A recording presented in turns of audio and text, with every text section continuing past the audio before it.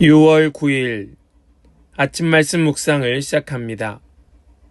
오늘 우리에게 주시는 하나님의 말씀은 민수기 35장 9절로 21절까지의 말씀입니다. 민수기 35장 9절로 21절입니다. 주님께서 모세에게 말씀하셨다. 너는 이스라엘 자손에게 말하여라. 그들에게 다음과 같이 일러라. 너희가 앞으로 곧 요단강을 건너 가나안 땅에 들어가게 되거든 성읍들 가운데에서 얼마를 도피성으로 정하여 실수로 사람을 죽게 한 자가 그곳으로 도피하게 하여라. 그 성읍들을 복수자를 피하는 도피처로 삼아서 사람을 죽게 한 자가 회중 앞에서 재판을 받기 전에 죽는 일이 없도록 하여야 한다. 너희가 레위 사람에게 줄 성읍들 가운데에서 이들 6성읍을 너희의 도피성으로 삼아라. 그 가운데 3성읍을 요단강 동쪽에 두고 나머지 3성읍은 가나안 땅에 두어 도피성이 되게 하여라. 이들 6성읍은 이스라엘 자손은 물론이려니와 외국인이나 너희와 함께 사는 본토인이면 누구든지 실수로 사람을 죽게 한 자가 도피하는 곳이 될 것이다. 만일 쇠붙이 같은 것으로 사람을 쳐서 죽게 하였으면 그는 살인자이다. 그러한 살인자는 반드시 죽여야 한다. 사람을 죽일 만한 돌을 들고 있다가 그것으로 사람을 쳐서 죽게 하였으면 그는 살인자이다. 그러한 살인자는 반드시 죽여야 한다. 만일 사람을 죽일 만한 나무 연장을 들고 있다가 그것으로 사람을 쳐서 죽게 하였으면 그는 살인자이다. 그러한 살인자는 반드시 죽여야 한다. 이러한 경우에 그 살인자를 죽일 사람은 피해자의 피를 보복할 친족이다. 그는 살인자를 만나는 대로 죽일 수 있다. 미워하기 때문에 밀쳐서 죽게 하거나 몰래 숨어 있다가 무엇을 던져서 죽게 하거나 원한이 있어서 주먹으로 쳐서 사람을 죽게 하였으면 그는 살인자이다. 그러한 살인자는 반드시 죽여야 한다. 피를 보복할 친족은 어디서 그를 만나든지 그를 죽일 수 있다. 아멘. 살아계신 하나님의 말씀입니다. 아멘. 할렐루야. 오늘도 우리에게 말씀 주시는 주님을 찬양합니다. 오늘 주시는 말씀, 저와 여러분들 모두에게 영혼의 양식이 되고 또 삶의 이정표가 될 수 있기를 간절히 소망합니다. 우리에게 주시는 말씀은 항상 우리의 영혼을 솟행케 합니다.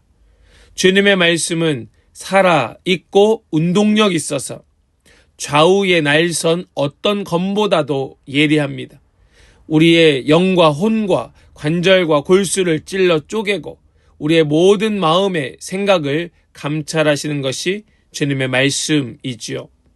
오늘도 우리에게 주시는 이 말씀이 저와 여러분들을 다시 살려내고 회복해 하고 또 힘있게 능력있게 살아가게 하실 줄을 믿습니다. 말씀은 능력이 있습니다. 말씀은 능력이 있습니다. 우리 그 능력의 말씀을 믿고 붙들고 우리 살아가는 우리 모든 성도들 다 되시기를 간절히 축복합니다.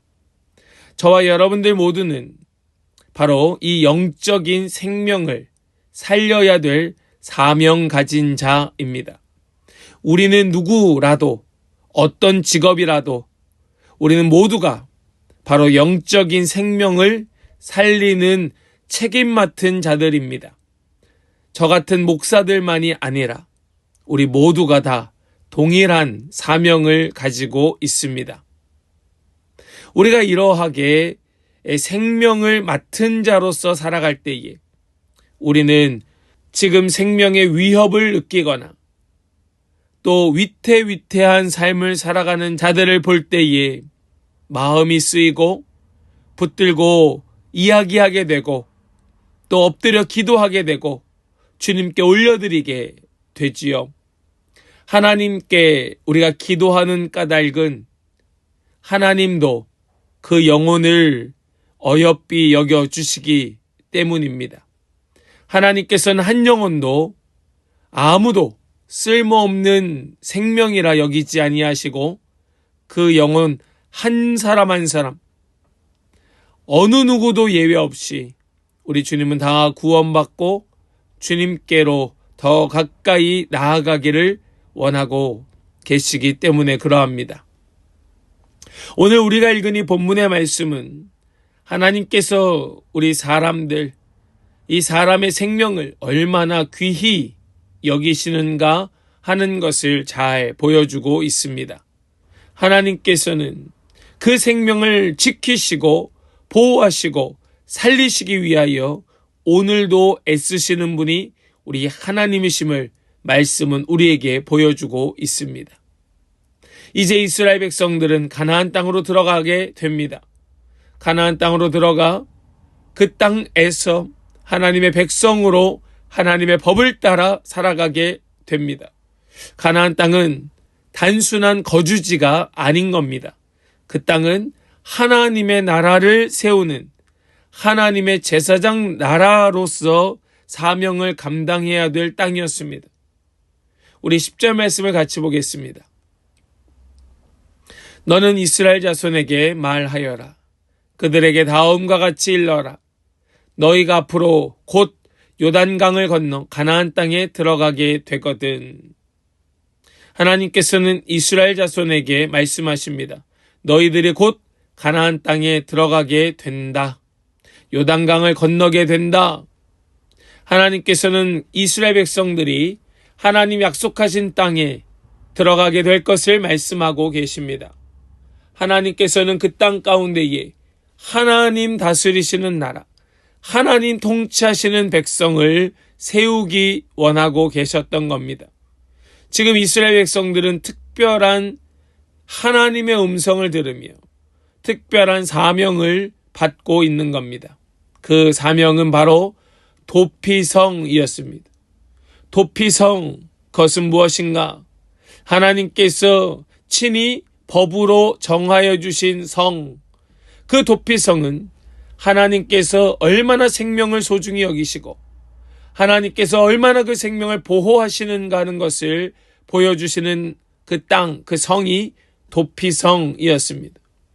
하나님의 백성이 하나님의 법을 따라 살아갈 때에 그 삶은 하나님을 전하고 하나님을 나타내는 삶이어야 했는데 그것을 분명하게 보여주고 있는 것이 바로 도피성이었다는 말씀입니다.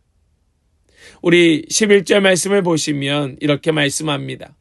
성읍들 가운데에서 얼마를 도피성으로 정하여 실수로 사람을 죽게 한 자가 그것으로 도피하게 하여라.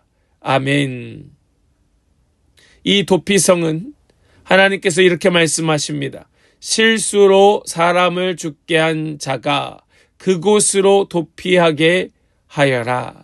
실수로 사람을 죽게 한 자를 보호하게 하시기 위하여 도피성을 만드십니다. 실수로 사람을 죽인 자의 생명을 하나님께서는 보호하시는 겁니다. 그가 보복당하지 않게 하시는 겁니다. 생명을 보존할 수 있도록 피난처를 만들어주고 계신 겁니다. 하나님께서는 사람이 얼마나 연약한 존재인가를 아십니다. 사람은 실수로 사람을 죽게 할 수 있는 그런 부족한 존재라는 것을 하나님도 아시는 겁니다. 여러분, 우리도 알아야 됩니다. 우리도 이것을 알아야 됩니다. 우리는 그만큼 연약한 자여서 누구를 정말 극단적으로 이렇게 죽게 할 수도 있고 누구를 상처 줄 수도 있고 누구를 망하게 할 수도 있고 누구를 완전히 주저앉히게 할 수도 있습니다. 여러분, 절대 그런 일은 있으면 안 되잖아요 하는 것이 아니라 그런 일은 있을 수 있습니다. 예, 그렇습니다. 우리는 그만큼 연약한 자입니다. 우리는 이 말씀을 볼 때마다 마치 우리가 피해자인 것처럼 생각하며 이 말씀을 보게 됩니다. 그런데 만약 우리가 그렇게 실수로 사람을 죽였건 일부러 사람을 죽였건 죽은 자의 가족이고 죽은 자의 형제라면 우리는 이 실수로 사람을 죽게 한 자마저도 가만히 내버려 두고 싶지 않을 겁니다. 이것이 도피성의 의미예요.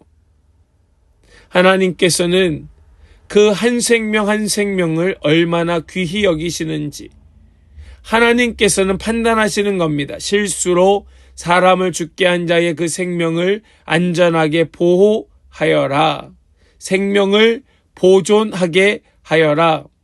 이것을 통하여 바로 우리가 실수로 사람을 죽게 할 수도 있는 연약한 자라는 사실을 깨닫게 하시는 겁니다.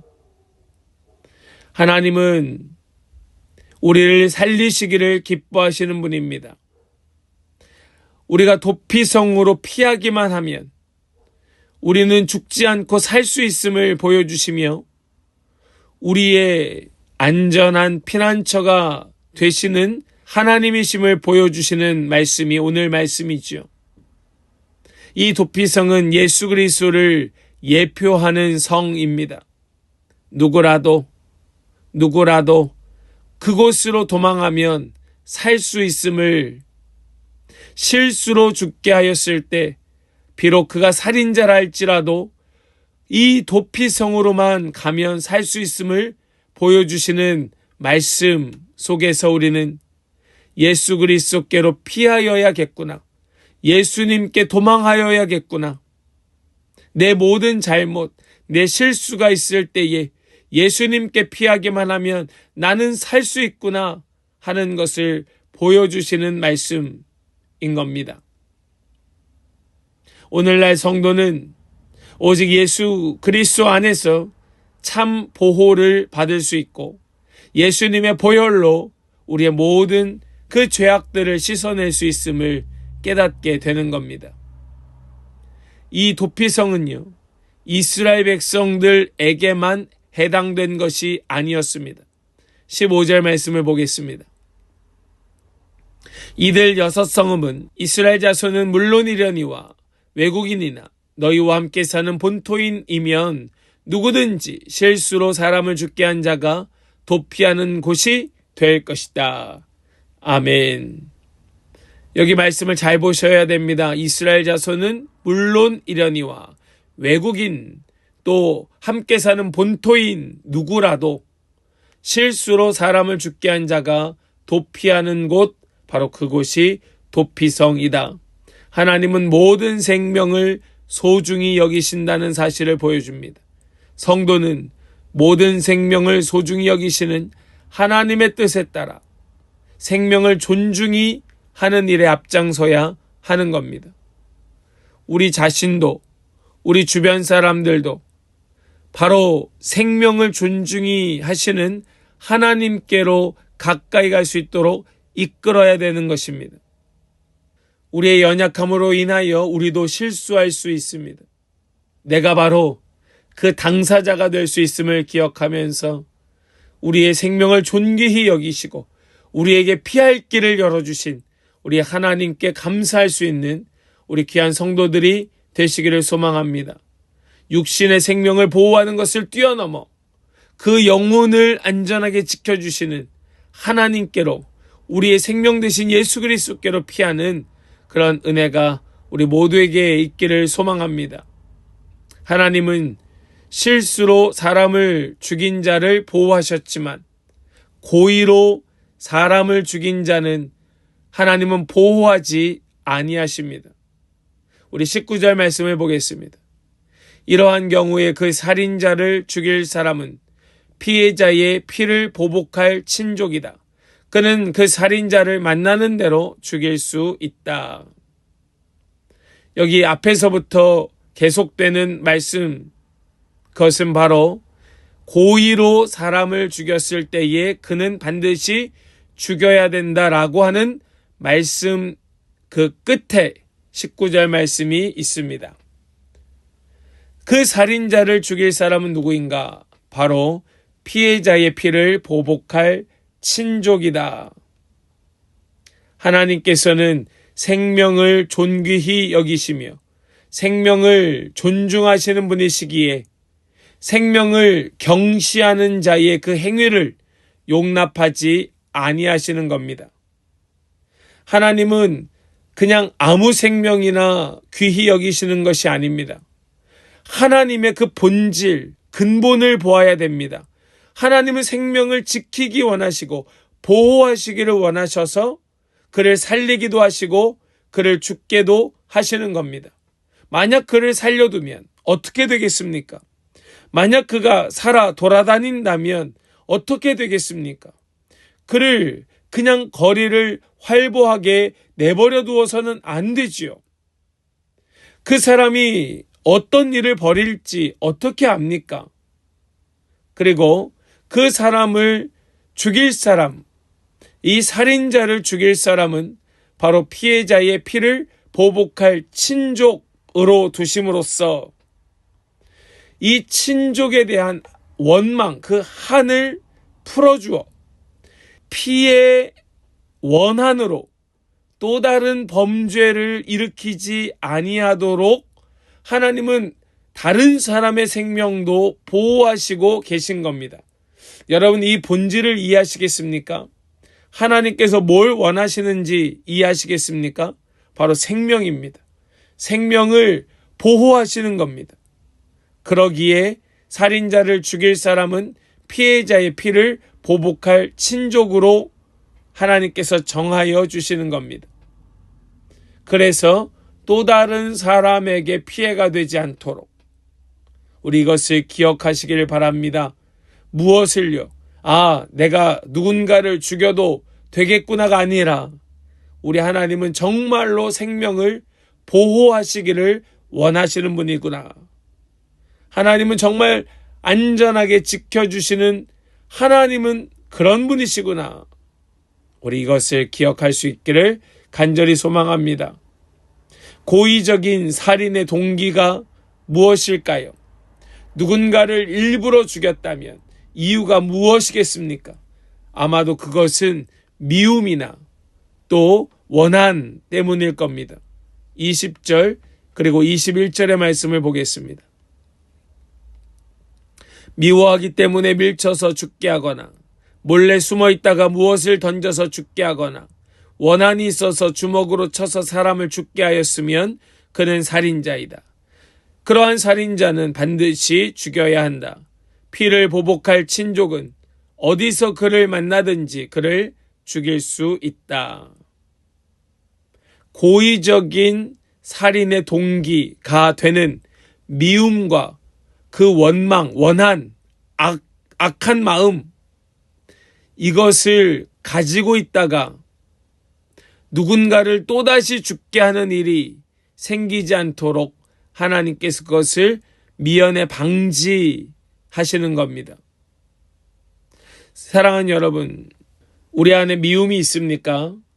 그 미움을 빨리 다스리고 해결해야 됩니다. 그 미움을 그냥 내버려 두었다가는 더 큰 범죄로 나타날 수 있습니다. 그거를 그냥 가볍게 여겨서는 안 됩니다. 원한이 있습니까? 복수하고 싶은 마음이 있습니까? 그거 그냥 내버려 두어서는 안 됩니다. 빨리 그 마음을 풀어내야 됩니다. 우리 하나님의 백성은 생명을 존중하고 사랑해야 합니다. 미움을 버리고 사랑을 실천해야 됩니다. 생명을 존중히 여기시는 하나님의 그 마음을 알아서 하나님의 마음을 가지고 우리는 살아가야 하는 겁니다. 우리에게 미워하고 원망하는 마음이 있다면 우리 그 마음을 주님께 아뢰어드리며 우리 예수님께로 피하는, 도피성으로 피하는 그런 은혜가 있기를 원합니다. 육신의 생명뿐만 아니라 영혼의 생명도 소중히 여기며 우리가 미워하는 마음으로 누군가를 상하게 하지 않도록 우리는 사랑과 용서를 실천해야 하는 겁니다.